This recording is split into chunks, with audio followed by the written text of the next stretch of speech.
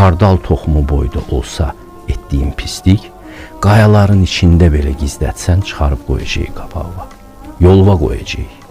Xardal toxumu boyda yaxşılıq deyiləsən, onu da çıxarıb yolva qoyacam. Di hərəkət elə, özün bax. Bu mənəviyyat qanunudur. Einsteynin və yaxud Newtonun fizika qanunları nə qədər möhkəmdirsə, bu qanun da Allahın lütfü ilə insanlara göndərilmiş bir şeydir. Bunu yoxlaya bilərsən öz həyatında, bu bəlkə bir 20-30 il vaxt aparar səndə.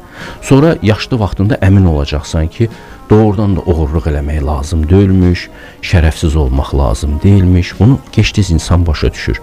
Amma bu qanunun fizikasını belə deyək də, indi təbiətşünaslıq gözü ilə sən fəhm eləməyə insan ağlı çatmayacaq heç vaxt.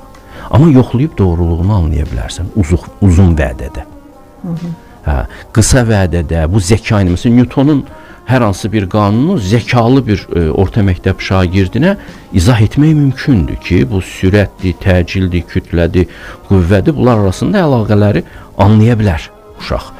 Amma çox zəki olsa. Amma nə qədər zəki olursa ol, bu əlaqəni özün kəşf eləyə bilmirsən, yalnız öz təcrübəndən çıxır. Bu da sənin inamını təşkil edir. Ona görə bunu başqasına ötürmək də olmur.